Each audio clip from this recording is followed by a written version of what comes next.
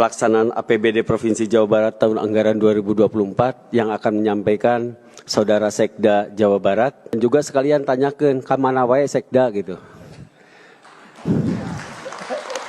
Selama saya paripurna mewakili Pak Gubernur, belum pernah Saudara Sekda hadir. Dan sekarang pun di kantor nggak pernah ada. Coba tanyakan sama yang terhormat anggota DPRD. Ya, terima kasih. Waduh, ada yang lagi ribut nih kayaknya nih. Awas loh Pak, banyak yang memanfaatkan kondisi ini loh.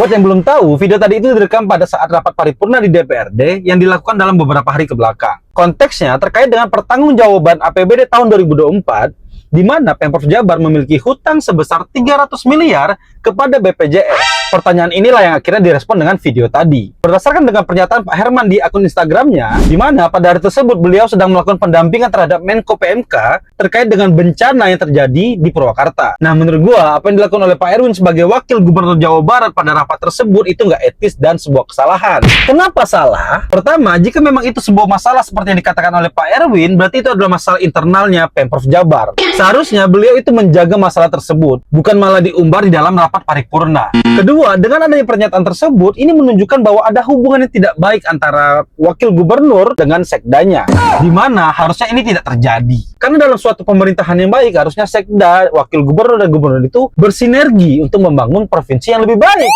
Ketiga, hal ini menunjukkan bahwa adanya koordinasi yang tidak baik di dalam Pemprov itu sendiri. Entah karena tidak adanya laporan kegiatan Pak Sekda sehari-hari, which is ini nggak mungkin, karena kalau dilihat dari Instagramnya Pak Herman, di situ terlihat bahwa ada jadwal-jadwal beliau. Dan Pak Sekda itu bekerja sesuai tupoksinya dan sesuai dengan instruksi pimpinan. Yang mana pimpinan beliau yaitu KDM. Sehingga ketika KDM meminta beliau untuk tugas ke sini, ke sana, kemari, beliau harus turut. Berarti antara dua nih, Pak Wakil Gubernur yang nggak tahu atau nggak mau tahu dengan kegiatan sekdanya. Miskomunikasi seperti ini kan bahaya, karena akan membiarkan pihak-pihak luar yang tidak suka dengan pemerintahan yang sekarang itu menjadi peluru untuk menyerang pemerintahannya itu sendiri.